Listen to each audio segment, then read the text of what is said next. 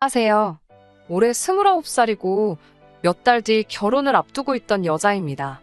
다만 지금은 결혼을 취소하고 파혼을 하게 되었네요. 저와 결혼할 예비 신랑이었던 남자친구와는 지인의 소개로 만나게 되었습니다. 연애 1년, 짧은 기간이지만 저에게 맞춰주고 저를 지극정성으로 아껴주는 모습에 결혼을 결심하게 되었고, 이 남자의 청혼에 응하게 되었습니다. 예비 신랑은 정말 저에게 헌신적이었어요. 파혼을 결정함에 있어서도 사실 속으로는 이 남자가 진짜 잘못한 게 있나? 하는 생각도 몇 번을 하게 되었습니다. 말씀드렸다시피 연애하면서 저에게 참 잘했어요. 저도 연애 경험이 아예 없던 것이 아니라 전에 만나던 사람들과 비교될 정도로 저에게 지극정성인 모습이 신기해서 오빠 같은 사람은 처음이라고 물으며 제가 그렇게 잘해줄 정도로 좋은 거냐고 물어본 적이 있어요. 예비 신랑은 저에게 자기가 저를 좋아하는 것도 있기는 하지만 자기는 자기 아버지가 어머니에게 하는 걸 보고 잘한 게 있어서 더 그런 것 같다고 하더라고요. 이렇게 말한 것처럼 예비 신랑은 부모님에 대한 자부심이 엄청 강한 사람이었어요. 두 분이 사이가 좋다는 걸 입버릇처럼 말하곤 했으니까요. 결혼을 약속하기 전인 연애하던 시절에도 저에게 두 분을 직접 만나게 해주고 싶다고 몇 번이나 말했었습니다. 그 당시에는 연애를 하던 시절이라 부모님까지 만난다는 건 부담이 되어서 거절했는데 결혼을 약속한 뒤로는 부담스럽다는 이유로 만나지 않을 수도 없는 노릇이잖아요. 그래서 저는 처음으로 예비 시부모님이 될 두 분을 만나게 되었습니다. 실제로 두 분을 처음 뵈었을 때는 예비 신랑이 한 말이 과장이 하나도 없다고 해도 무방할 정도로 두 사람 사이가 좋았습니다. 매일 집에서 같이 시간을 보낼 텐데도 뭐가 그리 좋으신지 두 분은 잠시도 떨어져 계시지 않았어요. 적당히 거리감 두고 어쩔 때는 두 사람이 정말 서로 좋아서 같이 사는 게 맞는 건가 싶을 정도로 행동하시는 우리 부모님들과는 조금 달라 보였어요. 무작정 보기 좋다고만 말하기는 애매할 정도로 그 표현들이 너무 과하더라고요. 더군다나 저도 같이 있는 자리인데다가 처음 만나는 자리인데도 저는 전혀 신경을 안 쓰시는 것 같다는 생각이 들었습니다. 그래도 처음 만남이다 보니 식사를 하면서 이런저런 대화가 오고 가게 되었고 그때가 돼서야 저에게 여러 가지를 물어보시더라고요. 왜 우리 아들과 결혼을 결심하게 되었냐고 하는 질문에 제가 느낀 그대로 거짓 하나 보태지 않고 말씀드렸어요. 저를 너무 아껴주는 모습이 좋았다. 예비 신랑이 평소에도 두 분 이야기를 꺼내며 두 분께 배웠다고 말을 하고는 했는데 이렇게 직접 뵈고 나니 그 말이 거짓말이 아니었단 걸 알았다. 이런 말 하면서 적당히 예비 시부모님께 아부도 조금 섞었고요. 두 분도 제 대답에 흡족하셨는지 환하게 웃으면서 좋아하시더라고요. 그렇게 예비 시부모님과의 첫 만남은 어려움 없이 지나가게 되었습니다. 그런데 제가 조금 스트레스를 받기 시작한 건 그 뒤로 약간씩 변하기 시작한 예비 신랑의 태도였습니다. 둘이서 하는 데이트에 자기 부모님들을 자꾸 부르기 시작했어요. 자기가 저랑 좋은 거 먹고 좋은 거 보러 다닐 때마다 자기 부모님은 여태껏 이런 거 누리지 못하고 살아오셨다는 생각하면 마음이 아프다면서요. 저는 솔직히 예비 시부모님하고 같이 데이트를 하고 싶은 생각은 하나도 없었고 불편하다는 생각밖에 없었습니다. 좋은 거 먹고 좋은 거 보는 거 다 좋고 그걸 부모님께도 똑같이 경험시켜주고 싶은 마음도 100번 이해는 하겠는데 저 좀 빼고 따로 했으면 좋겠다는 생각이 들더라고요. 아무리 두 분이 저를 좋게 보셨다고 한들 예비 며느리와 예비 시부모의 관계잖아요. 제가 작정하고 나쁜 관계로 끌고 갈 생각은 없지만 그래도 적당히 거리감 두고 지내는 게 더 좋다고 생각하는데 예비 신랑은 자꾸 둘만의 시간에 자기 부모님을 함께 부르고 싶어하는 모습밖에 보이지 않더라고요. 저도 꽤 오랜 기간을 참아왔고 예비 시부모님과 강제로 커플 데이트를 몇 번이나 보내야 했습니다. 더 이상 아무 말도 하고 있지 않다가는 결혼 전까지도 계속 예비 시부모님과 함께 데이트를 해야 할 것만 같고 결혼 후에도 그렇게 될 것 같아서 말하지 않을 수가 없었어요. 그래서 예비 신랑에게 이런 식의 만남은 저도 조금 부담스럽고 같이 만나는 자리는 좋지만 조금 자제해줬으면 좋겠다는 부탁을 했습니다.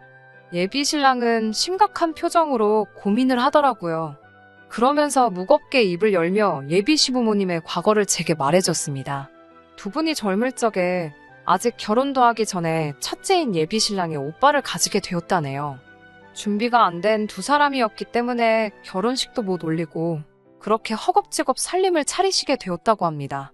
그리고 그렇게 아버님도 안정적인 직장을 구하시게 되고 조금 숨을 돌릴 정도가 되던 시점에 둘째인 지금의 예비 신랑을 갖게 되었다고 하네요.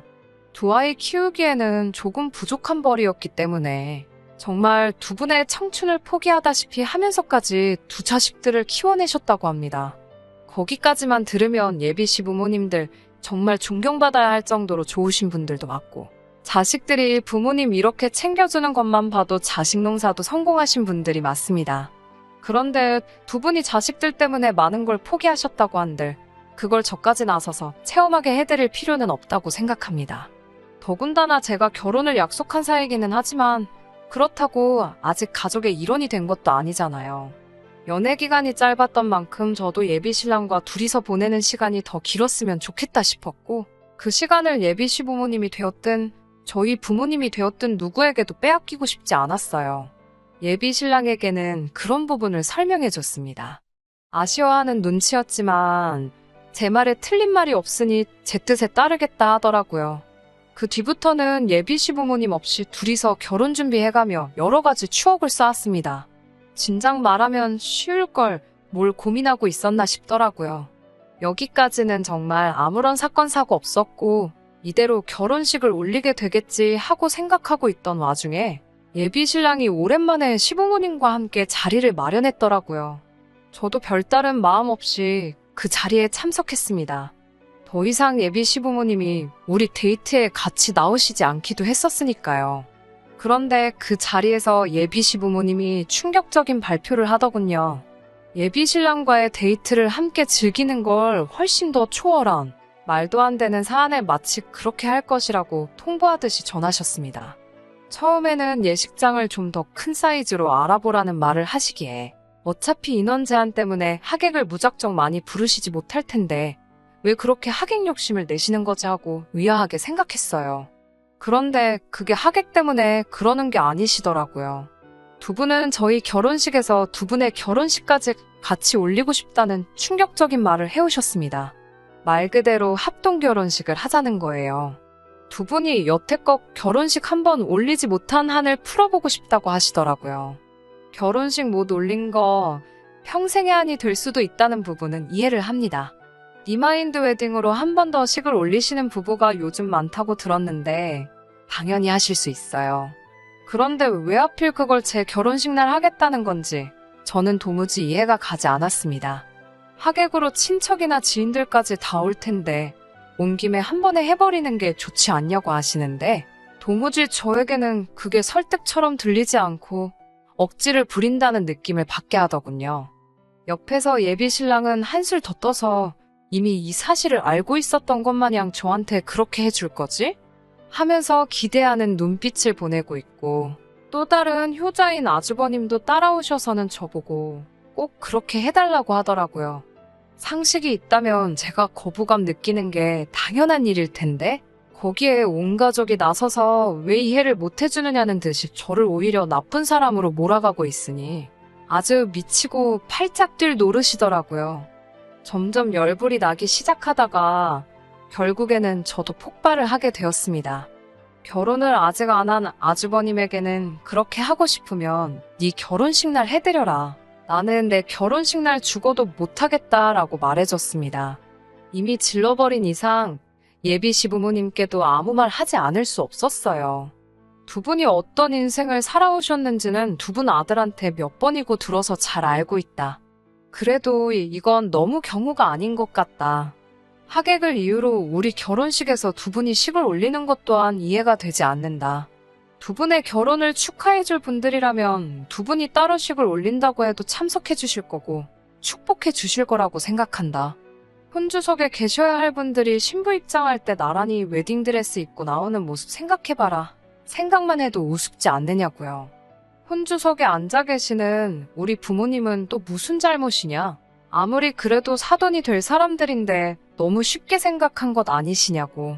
할 말 다 떠들고 나니까 저도 더는 할 말이 없고 이제 이 사단이 난 거?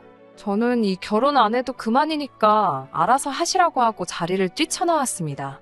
예비 신랑이 헐레벌떡 저를 쫓아나오길래 저한테 사과하러 온 건 줄 알았는데 자기 부모님들한테 말버릇이 그게 뭐냐고 화를 내더군요. 그래서 저도 너는 마누라 될 사람한테 그게 뭐 하는 짓이냐고 말하고 뺨싸다귀를 한 대 올려쳤습니다. 짝 하는 소리가 얼마나 크게 나던지 그 자리에서 묵었던 우라가 한 번에 날아가 버리는 듯한 기분이 들었어요. 너도 잘못 생각하는 거라고 정신머리 똑바로 박혀있는 놈이면 나서서 니네 부모님 결혼식을 네 결혼할 때 하자고 하는 거 아니라고. 하객들이 우리며 너네 부모님이며 얼마나 우습게 보겠냐고 한마디 했습니다. 정 두 분이 결혼식 못 올린 게 한이 되고 자식들인 니들한테도 한이 되었으면 어떻게든 따로 해드리는 게 맞는 거지. 돈 몇 푼 아껴보려고 니들 결혼식에 니네 부모님 결혼식을 끼얹는 게 말이나 되냐고. 니들이야말로 진짜 불효자가 아니냐고 소리를 박박 질렀어요. 그 사단이 났으니 결국 저는 파혼하게 되었습니다. 웃기는 사실은 제가 그렇게 소리치고 간 상황에서 예비시 부모님은 뭐라도 크게 깨달으신 건지 저를 엄청 마음에 들어 하셨다고 하네요. 제 똑부러진 모습이 엄청 마음에 드셨다고 하네요. 합동결혼식이고 뭐고 다 안 할 테니 제발 우리 아들과 결혼해달라고 연락을 해오셨어요. 하지만 저는 싫다고 했습니다. 그때까지야 남편 될 사람이 효자인 건 진작에 알고 있었지만 고쳐 써먹지도 못할 천하의 머저리인 건 몰랐다고요. 멍청한 건 무슨 수를 써도 못 고친다고 제가 다른 건 참아도 멍청한 사람하고는 같이 살 생각이 없다고 거절했어요. 결국 그렇게 파혼하게 되었습니다. 물론 연애하는 1년간 좋은 기억도 많은 사람입니다. 하지만 아쉽지가 않아요. 오히려 연애를 짧게 해서 다행이라는 생각이 들어요. 쓸데없이 더 시간 낭비할 이유가 없었으니까요. 전 예비 신랑도 잘 지냈으면 좋겠고 그 부모님들도 계속 화목한 가정 이루셨으면 좋겠습니다. 저랑 앞으로 2번 다시 엮이지만 않는다면 좋은 사람이고 좋은 분들이란 사실은 변함이 없으니까요. 제 사연은 여기서 마치도록 하겠습니다. 그럼 다들 좋은 하루 되시고 화목한 가정 이루길 기원합니다.